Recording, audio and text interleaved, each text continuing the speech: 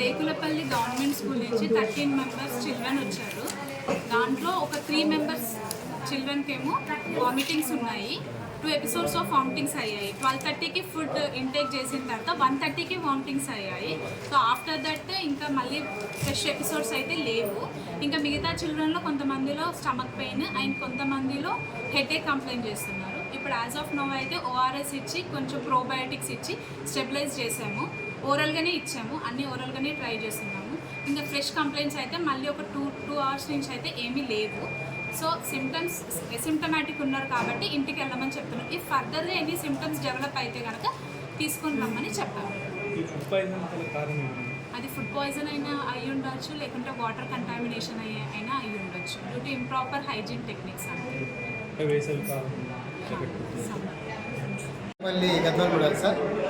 మధ్యాహ్నం పిల్లలకు 12 గంటల 20 నిమిషాలకు భోజనం ఏర్పాటు చేసి భోజనం పెట్టించారు సార్.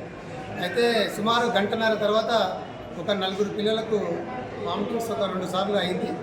తర్వాత నేను భయపడి మా పై అధికారితో మాట్లాడి ఒక ర్యాలీ ఆటోని ఊర్లో గ్రామస్తులని తోటి చేసుకొని 4 పిల్లల్ని వాళ్ళతో పాటు కొద్దిగా తలనొస్తున్న మిగతా 6 మంది పిల్లల్ని తోడుకొని రావడం జరిగింది సార్. ఇప్పుడు అందరి పిల్లలకి చాలా మంచిగా ఉంది సార్, ఏమి ఇబ్బంది జరగలేదు సార్.